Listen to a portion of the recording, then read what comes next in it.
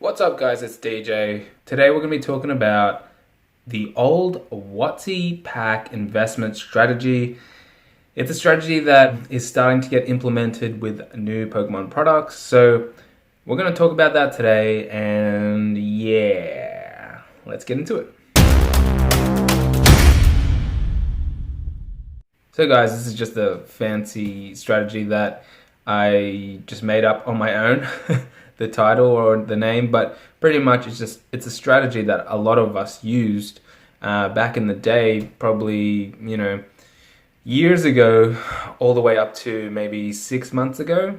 And that was, I'd like to call it the old, because it's not really being done anymore, but it's called the WOTC pack investment strategy. And it's when people started to buy packs, Wizards of the Coast packs, vintage packs, hoping to pull something really great. Because at one stage, at one point in time, the vintage cards were actually more expensive than the packs. The packs were still fairly undervalued, really cheap. You can, buy a pack and take your chances, and hopefully you can make your money back through the pack. But as we all see now, like during this, this time in the market, a lot of the packs have actually caught up to the cards, and a lot of the packs have actually, surpassed some of the cards. If you think about base set or, some of those kind of sets, the old vintage sets, buying a pack is pretty risky to, try to open and try to pull really valuable cards from. There might be one card that you could probably make your money back from the set, and if you do open it, there's a chance that there's a bigger chance that you're going to take a loss because the packs have increased in price dramatically because the cards increased in price dramatically. And this is what this video is going to be really about. It's about how the cards have increased, so generally speaking, a lot of the sealed product or the sealed booster packs start to follow. Whether that's going to be like right away or if it's still undervalued, there could be a chance that you can pull, you can find a card that's worth $1,000 in PSA 10, but the packs are still $10 or $15 or $20. So that's the kind of packs that a lot of people are looking to target to invest in. And to be honest, it's something that we've been doing for quite some time, especially with vintage. Neo Genesis and stuff, they only started to skyrocket in the past year or so. They were really undervalued. I remember, seeing first edition Neo Genesis packs for like $200, and that was only like 6 months ago. And nowadays you won't be able to find it for that. I'm pretty sure they're at least $500.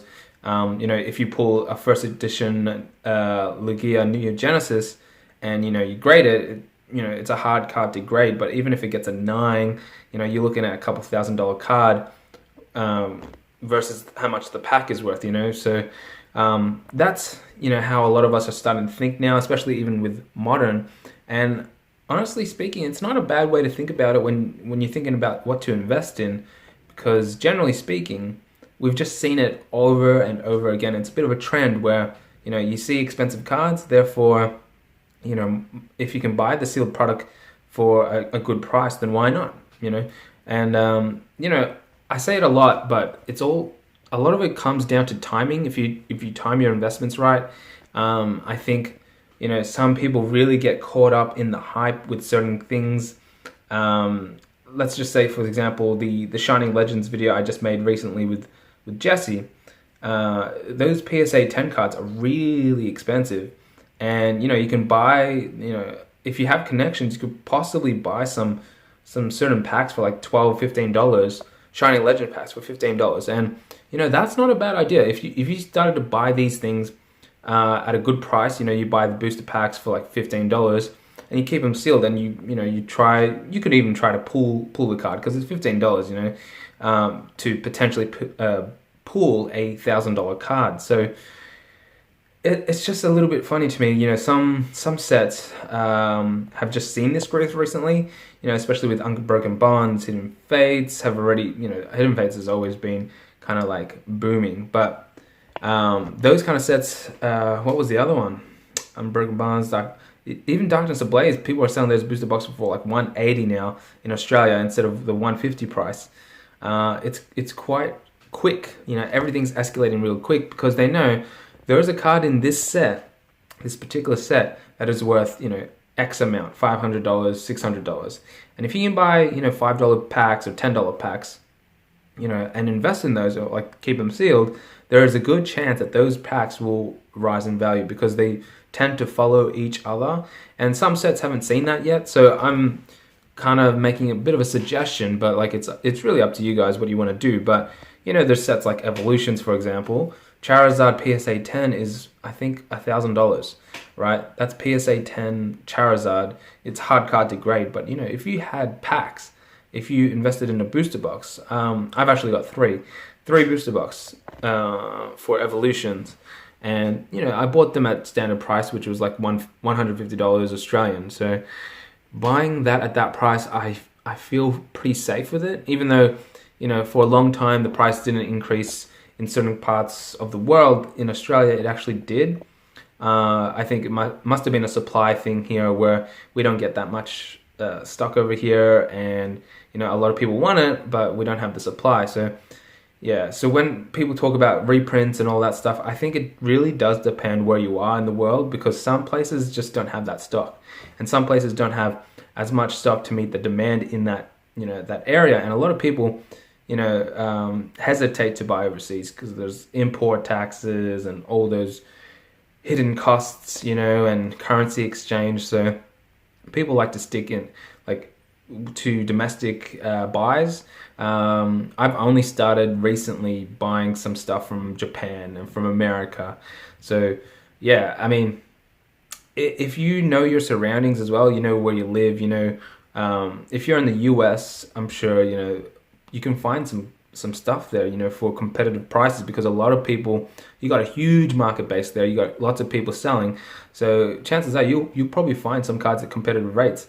I actually see a lot of cheaper stuff in America, even though the currency, from Australia to America is different, and America's dollar is higher than Australia's.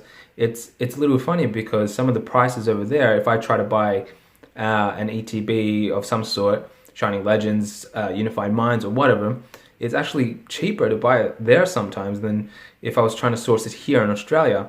And it's weird like that, because you guys have a lot more range in product, whereas we have sold out, or we don't have any stock here. And if someone did try to sell it on Marketplace or one of the the black market kind of thing, eBay and stuff, they price it at a premium because they know nobody here has it, and people would rather buy from here. So what I'm trying to say, guys, this old WOTC pack investment strategy is nothing really new. It's just starting to get applied into modern, I feel, and that's why we saw a lot of these sets just jump up in price real quick. People open up modern vintage products still. People like Leonhardt and Unlisted Leaf and stuff. But we got to think also, they do that for content. They do that for their channel. They do that to grow their channel. They're getting a little bit something out of it besides the pleasure of opening up vintage packs, which is a lot of us are scared to do now, because there's a good chance we're going to lose the value from opening that pack. And even with modern sets, I see a lot of people holding stuff, myself included, because we're scared to open it and be like, hey, I paid $150 for this ETB, or $150 for this, I don't know, booster box or whatever like that. And, there's a good chance that I open the packs and I don't pull the chase card, and, pretty much all the cards in there are, in some people's words would be rubbish, So, especially if you're not a binder collector like myself, or, a card collector that doesn't really, chase those kind of things. If you're going to open up a booster box to buy, to try to pull one card, I think sometimes it's actually a lot cheaper and easier to just buy the card outright. If you are a binder collector, it would make sense to open up something like that, because you need those other cards to fill the set. You need the commons, you need the uncommons, you need everything. You need the trainers, all those cards. Sometimes I've had days where I don't pull anything great at all, like as in when I say great, as in, full arts and gold cards, secret rares and stuff, there's sometimes I don't pull those, but I actually pull a lot of cards that I don't have for the binder, and that makes my day. That makes me happy. But, for a lot of people, they wouldn't like that at all. And, as I said before, the value, the money you put into those packs, it's almost as if it's not worth it. So a lot of us are thinking about that now. And I think we get that from this old WOTC pack thinking. And I call it old because a lot of us aren't really doing this for vintage anymore. And a lot of us has transferred it into modern.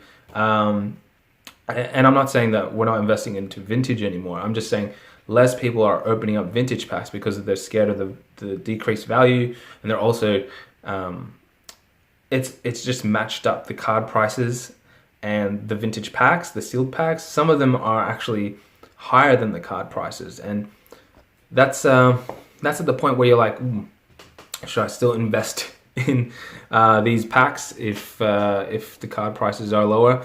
And there's always going to be cards in particular sets that are going to be higher than the booster pack price, I reckon. Something, for example, a first edition booster pack, you'd obviously be trying to chase the first edition Charizard, and some of the other holos can probably match your money's worth from buying the pack, but at the same time, your chances of pulling that card is slim.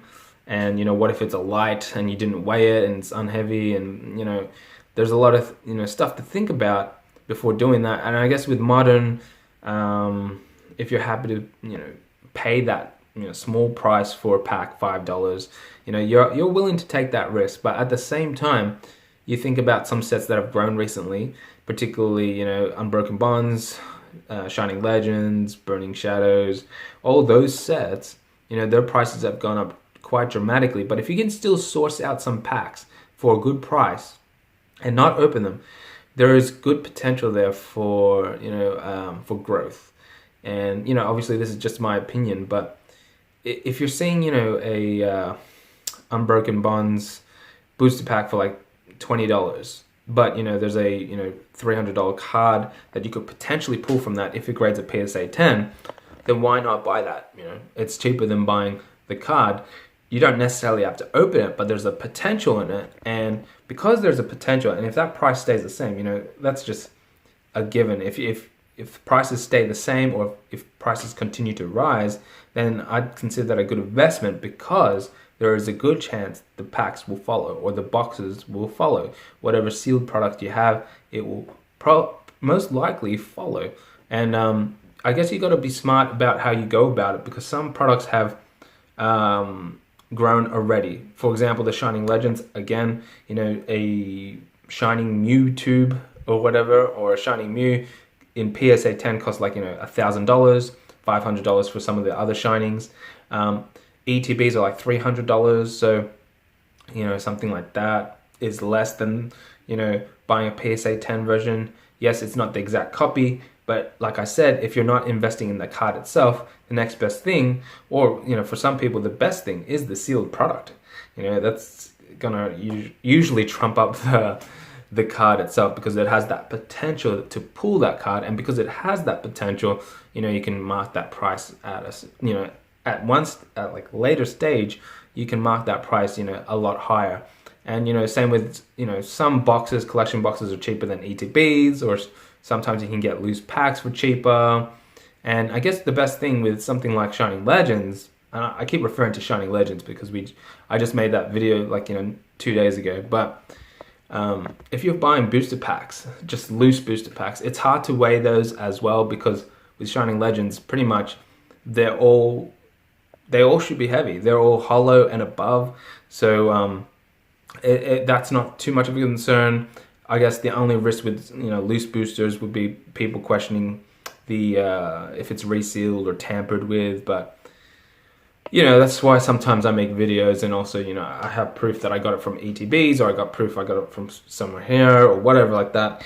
But yeah, that's my real thoughts on this old WOTC pack investment strategy. It's something that it's not new. People buy packs with the hope of rising in value because the cards have already risen in value and the packs haven't followed yet. So that's where you need to do a bit of homework and do a bit of research what cards have risen in value, and what, you know, are those sets, are those booster packs still available, and are they available at a good price, you know? And you got to be realistic about it, guys. You can't just be like, well, the pack's not $5 anymore. It's grown to $20. It's quadrupled in value, but $20 is chump change compared to a PSA 10 version of the card that's worth, like, you know, $500. So that's my thoughts, guys. Let me know what you think in the comment section below. Do you do this strategy, the old WOTC pack investment strategy?